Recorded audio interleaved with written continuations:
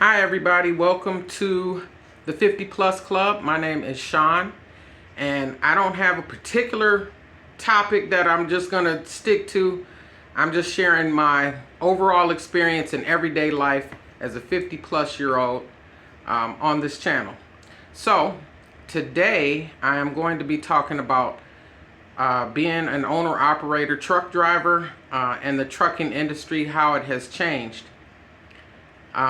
I've been driving since 2004, so that puts me at over 20 years in the game.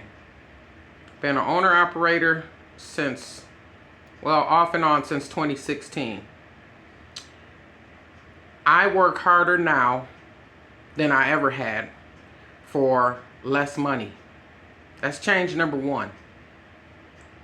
People, especially here in Atlanta, truck drivers are bringing you everything you need. Show them some respect. Show them some love. Let them get over. You know, if they got their blinker on, don't speed up and block them. Let them over. Everything at some point has been on a truck. I don't care if it has been flown in, shipped in, rail yard, whatever. At some point, it has to go on a semi truck to get to you. We're talking about toilet paper, toothpaste, dog food, medicine, cars, light posts, everything. Everything. If it were not for truck drivers, you wouldn't have shit. Excuse my language, but you wouldn't. Not trying to toot my own horn, I'm just saying what it is, because a lot of people don't realize the sacrifices that we make out here. I don't do over the road anymore. I do local, which here in Atlanta, I kind of want to do over the road because it's a lot of traffic. It's very stressful. But for the ones that go over the road, these people are away from their families, their husbands, their wives, their children. They're making huge sacrifices. And for the new truck drivers, trucking used to pay very well. Very well.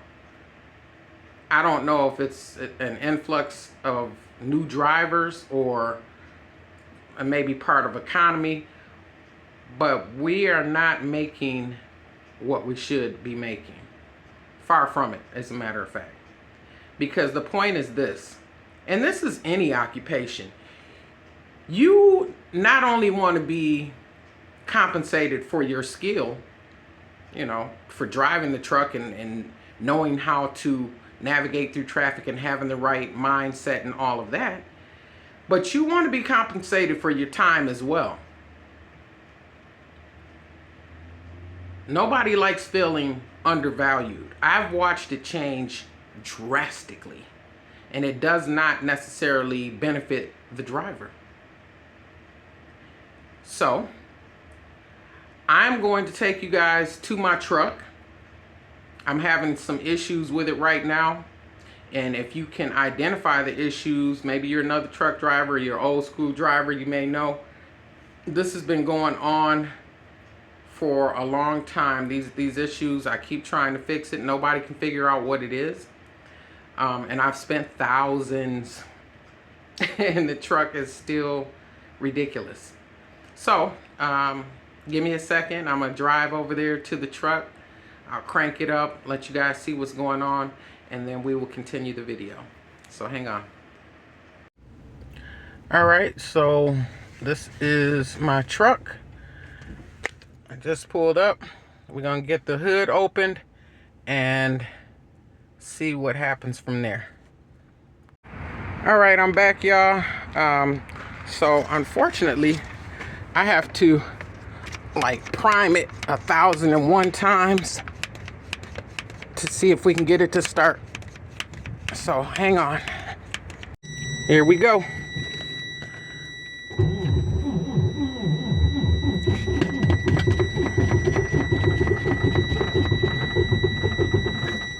Okay, wouldn't start that time. I gotta prime it some more. Hang on. Okay, y'all. I finally got the truck started. I had to use a little bit of starting fluid, and I will show new drivers where that actually needs to be sprayed if you have this issue. It's going to be loud, that's why I'm saying something right now, but here we go. So I got this issue going on. It will slow down. Sorry, the sun is in my eyes. It'll slow down after about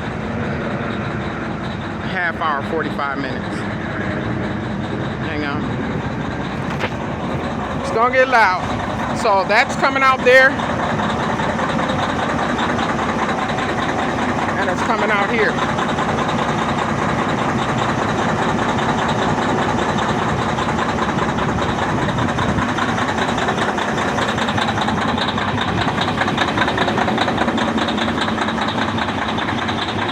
Oh, let me show y'all where this spray goes.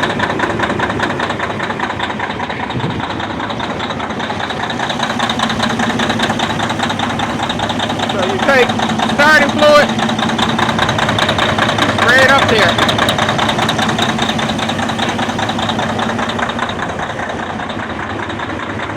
Jesus.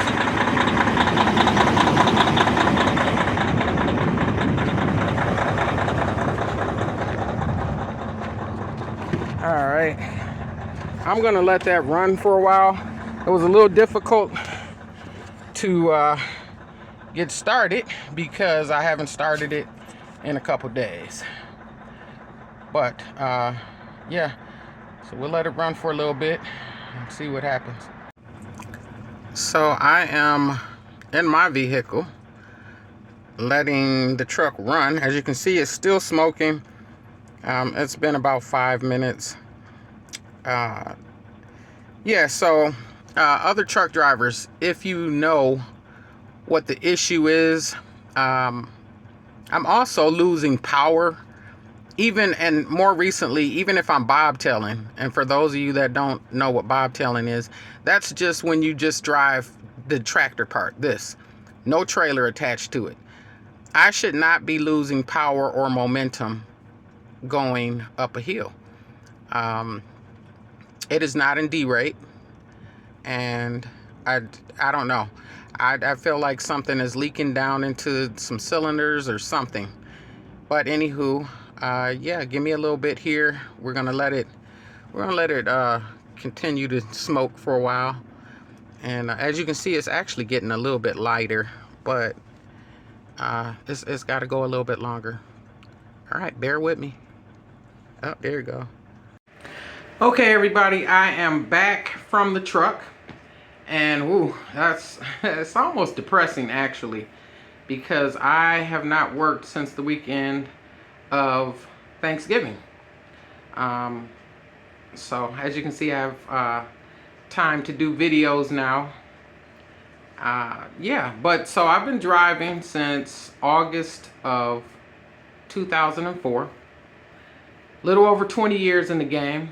And when I first started driving, owner-operators could take a load from here to Florida, and if they wanted to, they could come back empty because it paid so well. Most drivers, owner-operators, would get a load coming back which paid barely anything, but it would cover the fuel. Now there's no way. There's no way. You cannot come back empty from anywhere. Because they're not paying anything. The price of fuel, the price of repairs, meaning the parts and labor, everything has skyrocketed. But the pay has not kept up with that, with this increase. Tolls, everything has went up. And it's almost insulting to me, with the experience that I have and the knowledge I have. I am by no way what you call a perfect driver, but I have enough skin in the game to know that I'm worth a heck of a lot more. I'm worth a lot more than what they're trying to pay me, which is another thing. Everybody's got their hands in our pockets. Okay, yeah, there's an increase in all these expenses, but even the brokers, And for some reason, they think we're stupid. When I first started, brokers would get,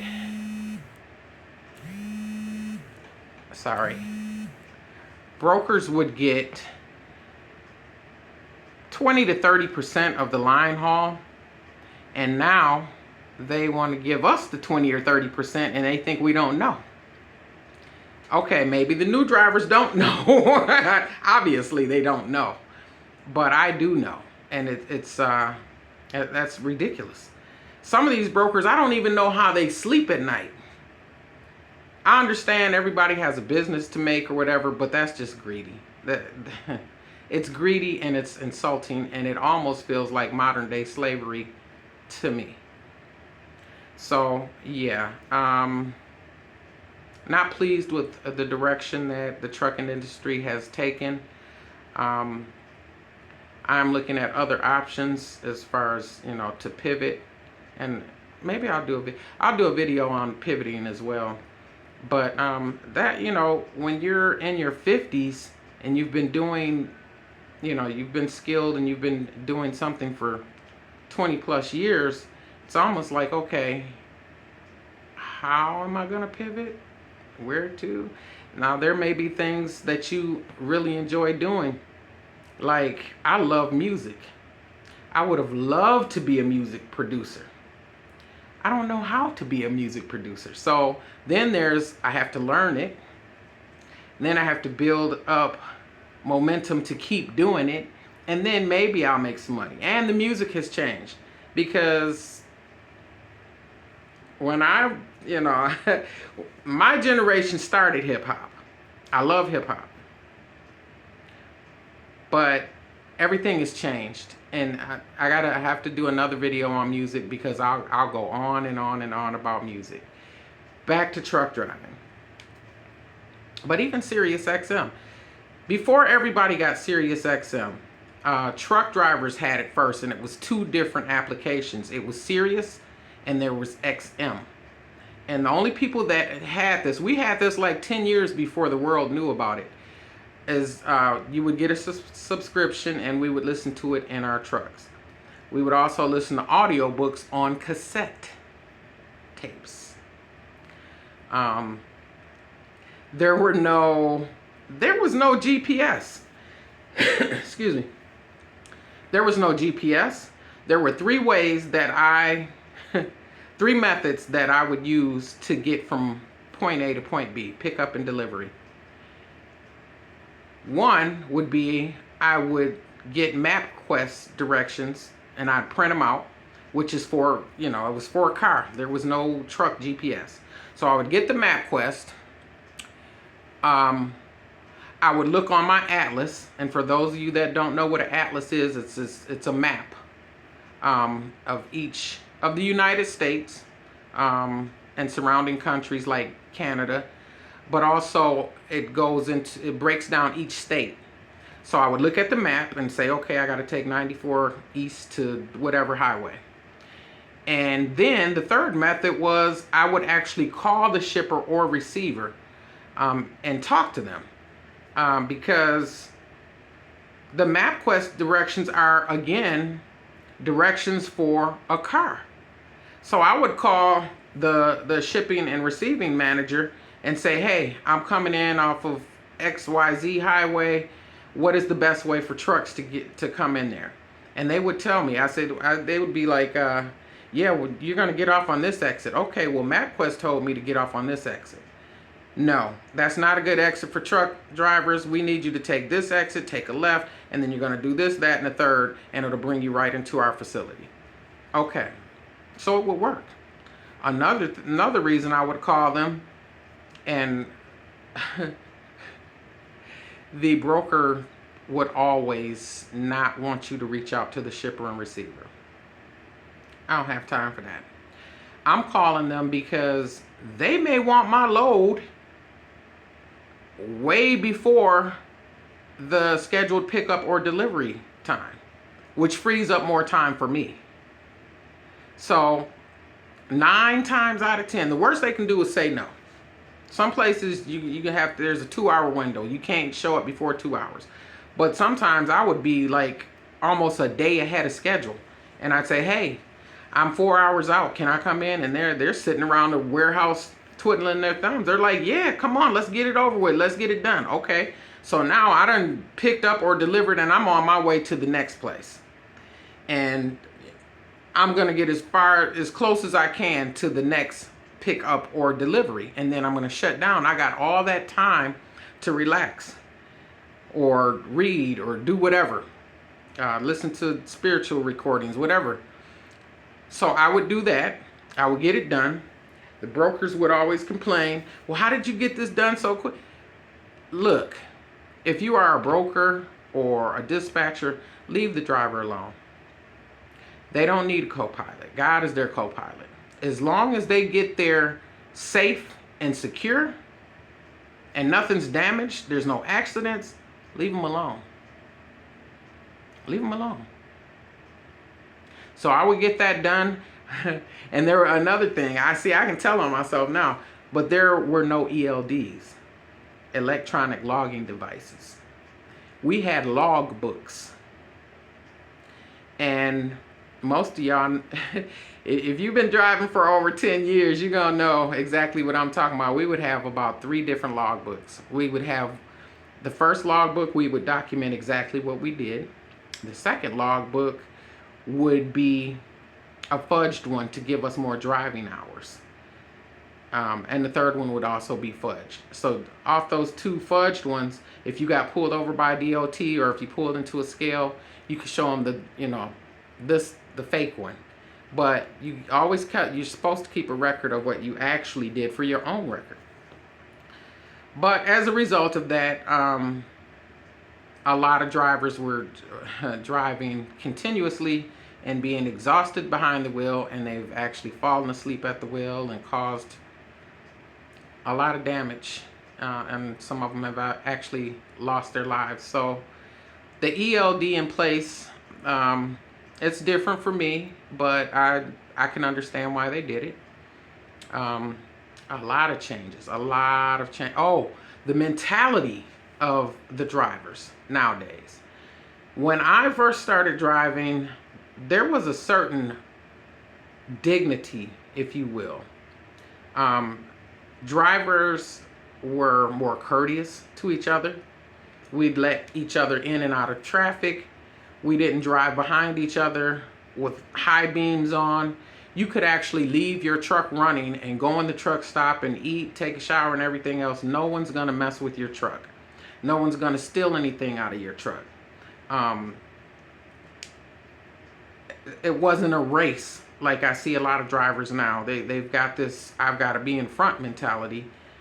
Even though the speed limit is 65, you're going 64. I don't want to stay behind you doing 64. I'm doing 66. So as soon as you pass them, here they come, hauling ass just to get in front of you, and then start going 64 again. Stupid stuff. We were a more laid back, let's just get our job done and go home to our family type mentality. These drivers today, I don't know if it's because it's a lot of younger people. I do realize that life in general has changed and people have changed, but it just makes the job hard.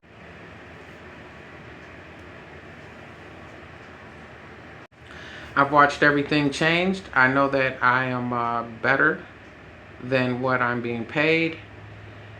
And yeah, just not a lot of patience or tolerance. I had an aunt ask me a couple years ago. She's a West Coast lady, and there's a lot of hills and mountains out that way. And she, her and my other aunt got on the phone. They got me on the 3-way and said, "Hey, when we see these trucks going up the mountains with their hazard lights on and they're going real slow, what is going on?" And I had to tell them, their foot is to the ground. They are struggling to get up that hill. It's not like they just want to go slowly up the hill with hazard lights on, being an obstruction to traffic. No. Trust me, people, you guys don't understand. Sometimes that's 80,000 pounds. And sometimes the hill does not look that steep to you. If we have our hazard lights on and we are going, there's an incline, that is why. Please believe our foot is to the floor trying to get some power to get up that hill. And then when we get to the top of the hill, watch out, because momentum is going to pull us down. So, you know, basically, people, just be mindful. Everybody's so dang on selfish these days. But be mindful that truck drivers are out here to do a job. Stop playing with them. Be more courteous. 5-10 years ago, I would have advised anybody to, be a truck driver. It's a great occupation. Honestly, I can't say the same thing now. I would not recommend it, especially in a larger city. Not LA, not New York, not Chicago, not Atlanta. Some of the other larger cities like Detroit and Tampa and Miami, yeah, the traffic does get horrible, but it will die down. The first states that I named, it's always ridiculous. So that's pretty much all I have to say about the trucking industry. But yeah, so I guess thanks for watching. Oh, if you guys have any idea what's going on with my truck, please leave them in the comments below. Again, it's not in D-rate, and I know that for a fact, but I've had a lot of things repaired on it. That issue is actually causing other things to tear up and break down. So I'm still here. I'm still standing. I told you I like music. I don't care what genre it is. Anyway, yeah. Thanks for watching, guys, and have a good day. Bye.